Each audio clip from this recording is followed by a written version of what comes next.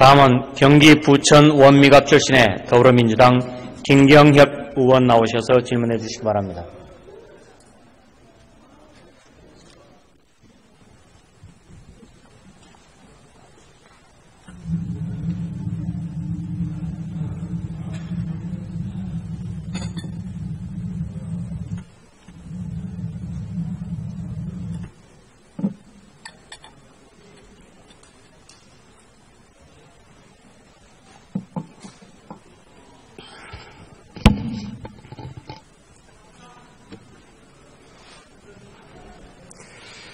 존경하는 국민 여러분, 국회 부의장님과 선배 동료 의원 여러분, 더불어민주당 부천 원미갑 출신 김경협 의원입니다. 문재인 정부 출범한 지 4개월이 지났습니다. 국정농단으로 무너진 국정 시스템을 바로 세우고 지난 9년간 경제와 민생, 일자리, 외교 안보의 총체적 실패로 위기에 처한 대한민국을 나라답게 만들기 위한 대장정이 시작됐습니다.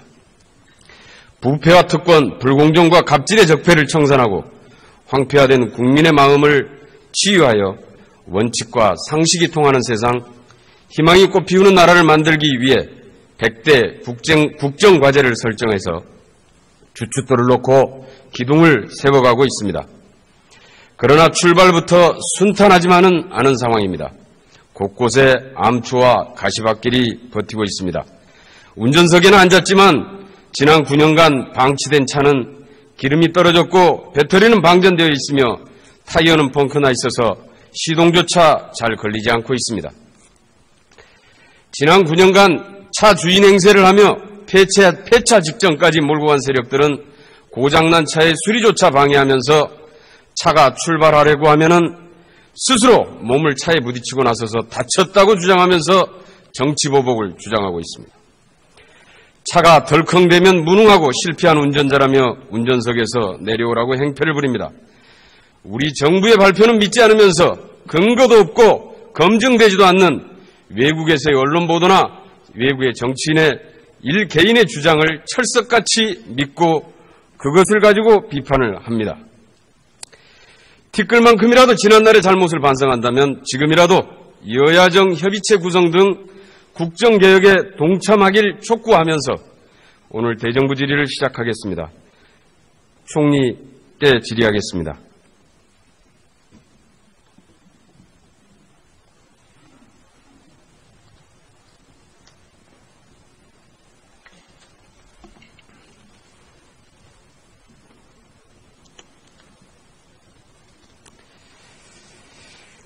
지난 9년간 금강산 관광, 5.24 조치, 남북경협, 개성공단 폐쇄, 지금은 한라인까지 폐쇄돼서 모든 남북 간의 대화, 교류, 모든 것이 다 단절되어 있습니다.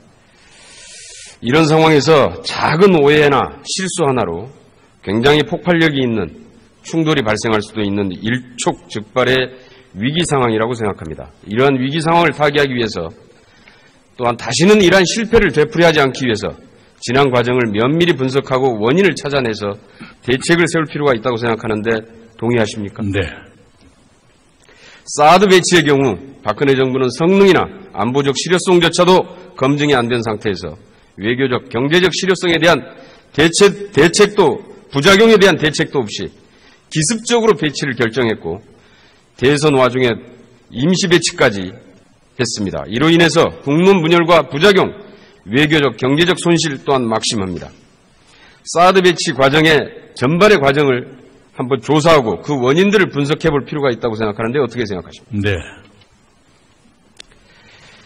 현 정부는 북의 6차 핵실험 직후에 주한미군이 보관 중이던 사드 4기를 추가로 임시 배치했습니다. 그 이유가 있습니까?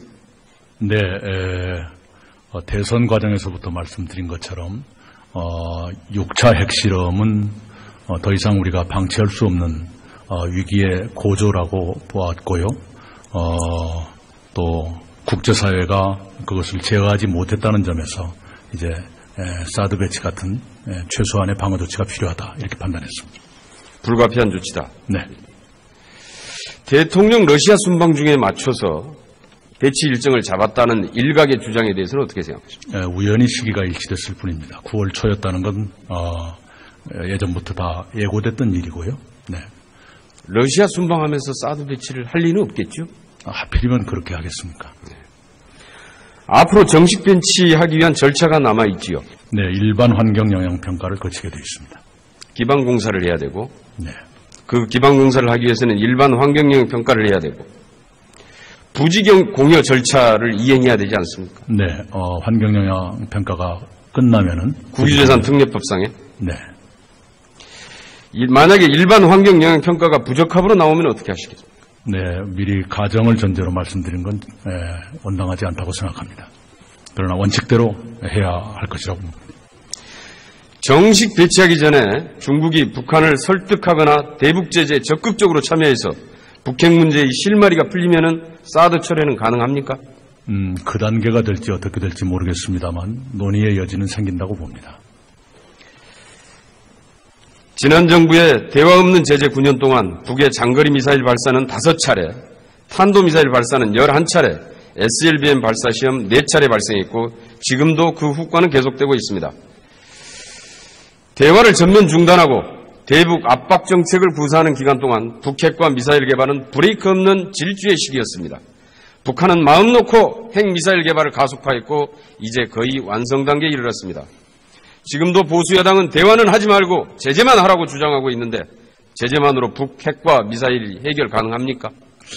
제재만으로는 해결될 수 없다는 것이 지난 9년 동안의 경험이었습니다. 지난 9년 동안의 대화 없는 제재 정책 실패한 것이죠? 네.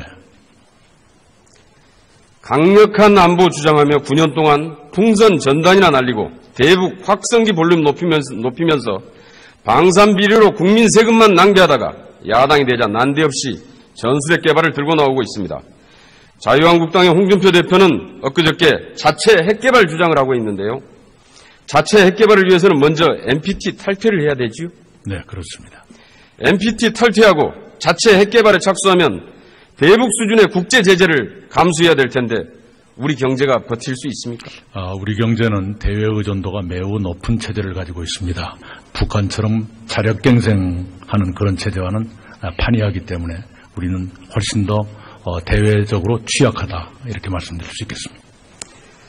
또한 전술핵 배치는 가능성은 희박하면서 북핵 개발을 용인하게 되고 비핵화를 포기하는 주장이라고 생각하는데 어떻게 생각하십니까? 네, 옳은 말씀이시고요.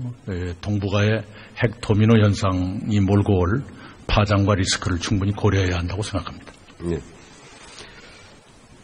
안보와 평화를 위한 우리 정부의 원칙 다시 한번 확인하겠습니다. 핵무장입니까? 핵 비핵화입니까? 비핵화입니다.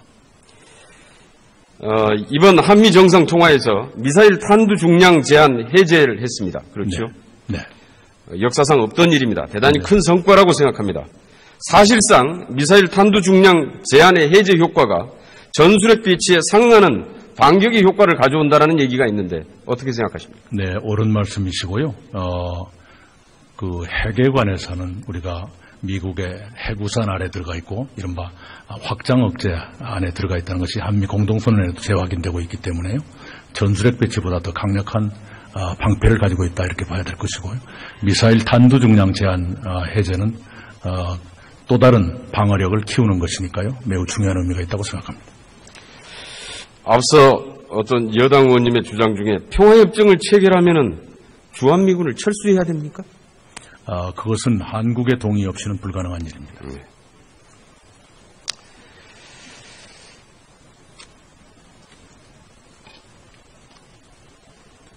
BBK 사건 기억하시죠? 네.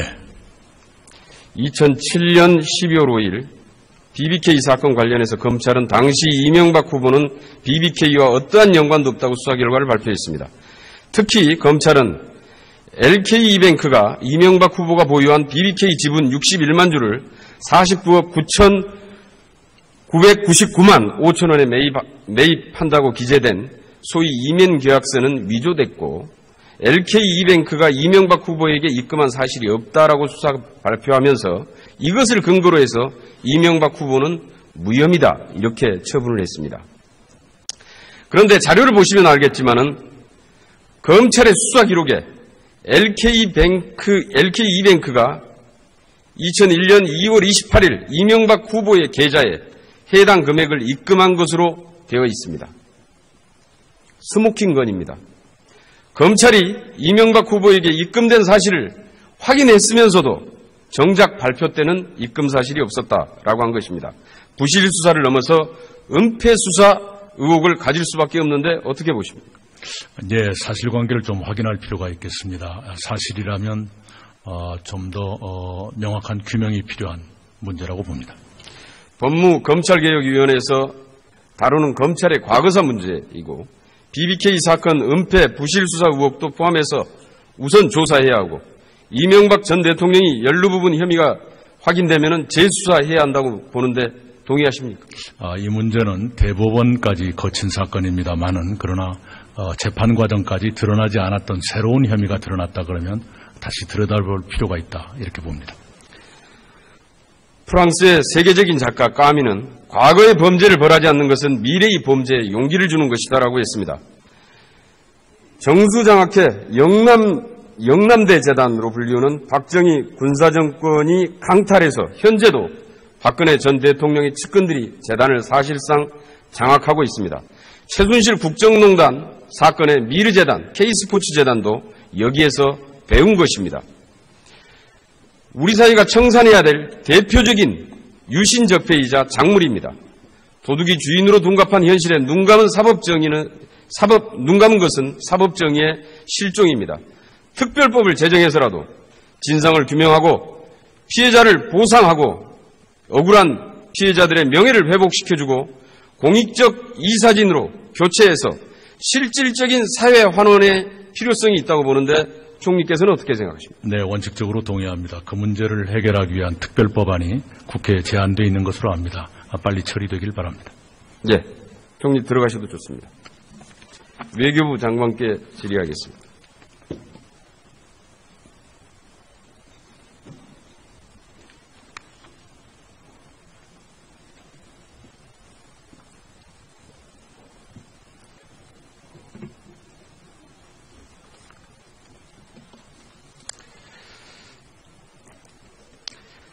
한일 위안부 합의 과정 등의 외교 적폐에 대해서 조사를 진행하고 있지요.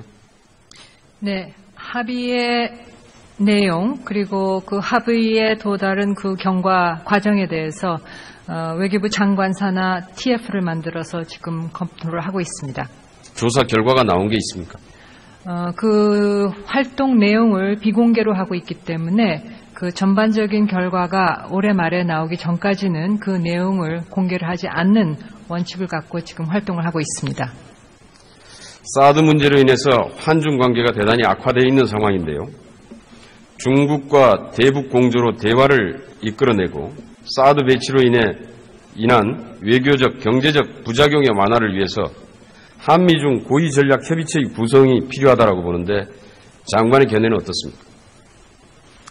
네, 말씀하신 대로 우리 정부는 그 확고한 한미 동맹을 바탕으로 중국 등 주변 국가의 협력을 통해 북한 비핵화 및 한반도 평화 정착을 실현코저 외교적인 노력을 다각도로 전개하고 있습니다. 이 과정에서 영내 국가의 그 다양한 형태의 소통 채널을 통해 유지해 나갈 수 있을 것으로 봅니다. 유관들 국가 여러 개개의 의견을 교환해 오고 있습니다. 사드 문제 관련해서는 말씀하신 대로 한국과 중국 사이에 이견이 있습니다만 저희의 그 사드에 관한 기본 입장은 우리의 국익과 안보적 필요해라는 그런 어떤 기본에서 사드 문제를 다뤄나간다 하는 점을 분명히 하고 있고 또 사드 문제로 인해서 그 저희 기업들이 겪고 있는 그 어려움에 대해서는 빨리 해소를 해달라 하는 요구를 계속하고 있습니다. 예, 들어가셔도 좋습니다. 총리께 다시 한번 질의하겠습니다.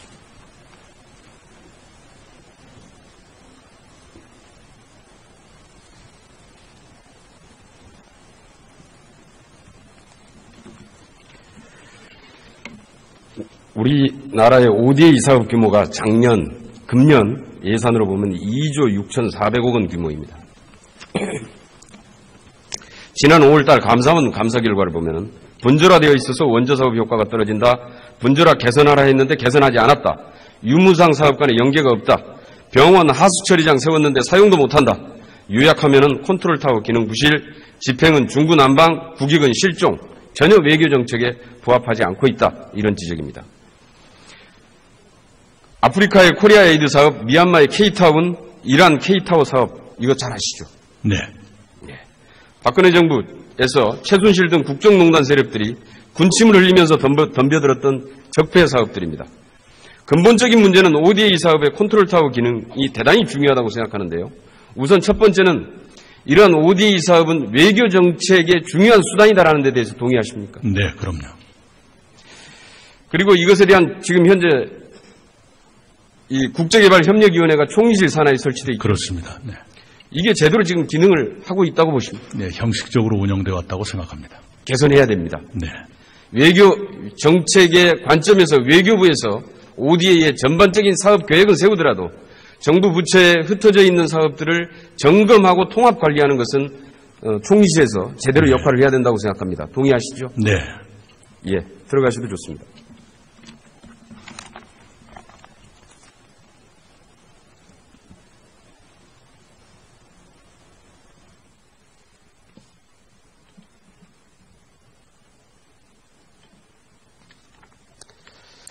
존경하는 국민 여러분, 지난 9년간 외교안보 정책의 실패로 초래한 현재의 한반도 위기 상황에서 야당은 초당적인 협력은커녕 대화 구걸, 코리아 패싱 운운하며 출범 4개월 된 정부 흔들기에 올인하고 있습니다. 정부가 제재와 하고 있는 현 상황에서도 야당은 대화를 구걸하고 있다고 비난하고 있습니다. 구걸이란 과거 보수 정권이 선거 앞두고 북한에 돈 봉투 주면서 휴전선에서 총 쏴달라고 하는 것이 구걸이고, DMZ 목함지뢰 사건 때 실제 사과하는 것은 아니지만은 사과처럼 보이게 합의서 써달라고 부탁하는 것이 구걸입니다. 지난 정부 9년간은 안보 비리에 선거철 안보장사 등 가짜 안보가 활개친 시기였습니다. 천안함, 연평도, 노쿠기순, DMZ 목함지뢰 사건 등에서 보듯이 안보는 무너졌습니다. 그들에게 안보는 전단을 풍선에 매달아 날려보내거나 대북 확성기를 더 크게 틀어대는 것, 그 와중에 천문학적인 광산비리로 국민 세금을 강진했습니다. 그러나 지금은 야당이 되자 난데없이 전술핵 개발과 핵무장을 주장하면서 국민을 선동하고 있습니다. 우리가 자체 핵무장을 위해서는 NPT를 탈퇴해야 하고 대북 제재 수준의 국제 제재를 감수해야 합니다. 지금 해외 의존도가 80%가 넘는 우리 경제에서는 명확한 경제 붕괴가 현실화될 수밖에 없는 상황입니다. 보수야당의 전술핵 개발 주장은 한국 경제의 붕괴를 초래할 수 있는 매우 위험하고 무책임한 주장입니다. 또한 보수야당은 대화 시도 자체를 중단하라고 합니다. 전쟁을 하자는 것인지 섬뜩할 따름입니다. 무책임한 안보 장사의 재판입니다. 북핵 미사일 문제 대응은 분노하되 냉정해야 합니다. 지금 보수야당은 분노 마케팅에 기대어 무책임한 국민 선동을 중단하고 지금이라도 자중하면서 초당적인 협력으로 한반도 평화체제의 구축을 위해 국론을 모아주시길 당부드립니다. 경청해 주셔서 감사합니다. 황폐화된 국민의 마음을 치유하여 원칙과 상식이 통하는 세상, 희망이 꽃피우는 나라를 만들기 위해 100대 국정과제를 설정해서 주춧돌을 놓고 기둥을 세워가고 있습니다. 그러나 출발부터 순탄하지만은 않은 상황입니다. 곳곳에 암초와 가시밭길이 버티고 있습니다. 운전석에는 앉았지만 지난 9년간 방치된 차는 기름이 떨어졌고 배터리는 방전되어 있으며 타이어는 펑크나 있어서 시동조차 잘 걸리지 않고 있습니다. 지난 9년간 차 주인 행세를 하며 폐차 직전까지 몰고 간 세력들은 고장난 차의 수리조차 방해하면서 차가 출발하려고 하면은 스스로 몸을 차에 부딪히고 나서서 다쳤다고 주장하면서 정치보복을 주장하고 있습니다. 차가 덜컹대면 무능하고 실패한 운전자라며 운전석에서 내려오라고 행패를 부립니다. 우리 정부의 발표는 믿지 않으면서 근거도 없고 검증되지도 않는 외국에서의 언론 보도나 외국의 정치인의 개인의 주장을 철석같이 믿고 그것을 가지고 대치 일정을 잡았다는 일각의 주장에 대해서는 어떻게 생각하십니까? 우연히 시기가 일치됐을 뿐입니다. 9월 초였다는 건 예전부터 다 예고됐던 일이고요. 네. 러시아 순방하면서 사드 배치를 할 리는 없겠죠? 하필이면 그렇게 하겠습니까? 앞으로 정식 배치하기 위한 절차가 남아있지요. 네, 일반 환경 영향 평가를 거치게 되어 있습니다.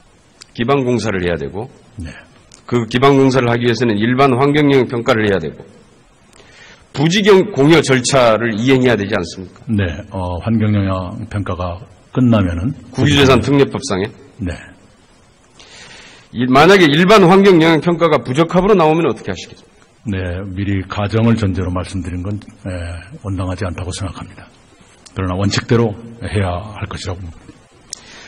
정식 배치하기 전에 중국이 북한을 설득하거나 대북 제재에 적극적으로 참여해서 북핵 문제의 실마리가 풀리면은 사드 철회는 가능합니까? 그 단계가 될지 어떻게 될지 모르겠습니다만 논의의 여지는 생긴다고 봅니다.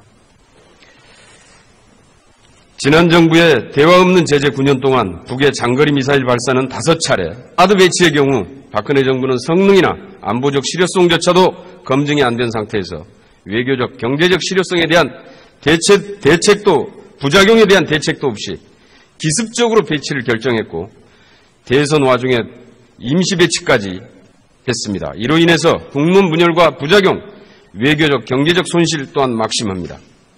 사드 배치 과정의 전반의 과정을 한번 조사하고 그 원인들을 분석해 볼 필요가 있다고 생각하는데 어떻게 생각하십니까? 네, 현 정부는 북의 6차 핵실험 직후에 주한미군이 보관 중이던 사드 4기를 추가로 임시 배치했습니다. 그 이유가 있습니까? 네, 대선 과정에서부터 말씀드린 것처럼 6차 핵실험은 더 이상 우리가 방치할 수 없는 위기의 고조라고 보았고요. 또 국제사회가 그것을 제어하지 못했다는 점에서 이제 사드 배치 같은 최소한의 방어 조치가 필요하다 이렇게 판단했습니다. 불가피한 조치다. 네. 대통령 러시아 순방 중에 맞춰서 또 비판을 합니다. 티끌만큼이라도 지난날의 잘못을 반성한다면 지금이라도 여야정 협의체 구성 등 국정개혁에 동참하길 촉구하면서 오늘 대정부 질의를 시작하겠습니다. 총리께 질의하겠습니다.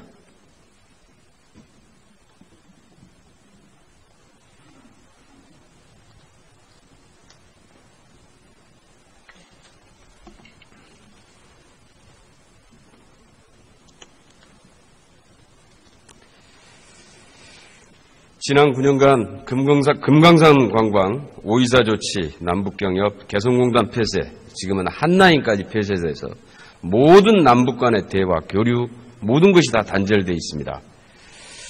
이런 상황에서 작은 오해나 실수 하나로 굉장히 폭발력이 있는 충돌이 발생할 수도 있는 일촉즉발의 위기 상황이라고 생각합니다. 이러한 위기 상황을 타개하기 위해서 또한 다시는 이러한 실패를 되풀이하지 않기 위해서 지난 과정을 면밀히 분석하고 원인을 찾아내서 대책을 세울 필요가 있다고 생각하는데 동의하십니까? 네.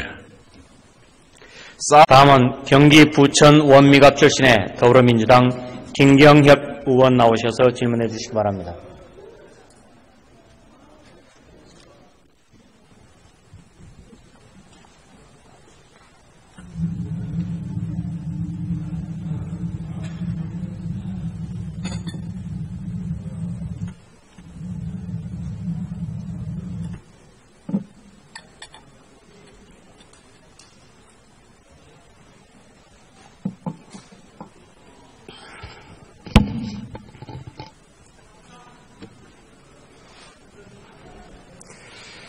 존경하는 국민 여러분, 국회 부의장님과 선배 동료 의원 여러분, 더불어민주당 부천 원미갑 출신 김경협 의원입니다. 문재인 정부 출범한 지 4개월이 지났습니다. 국정농단으로 무너진 국정 시스템을 바로 세우고 지난 9년간 경제와 민생, 일자리, 외교 안보의 총체적 실패로 위기에 처한 대한민국을 나라답게 만들기 위한 대장정이 시작됐습니다. 부패와 특권, 불공정과 갑질의 적폐를 청산하고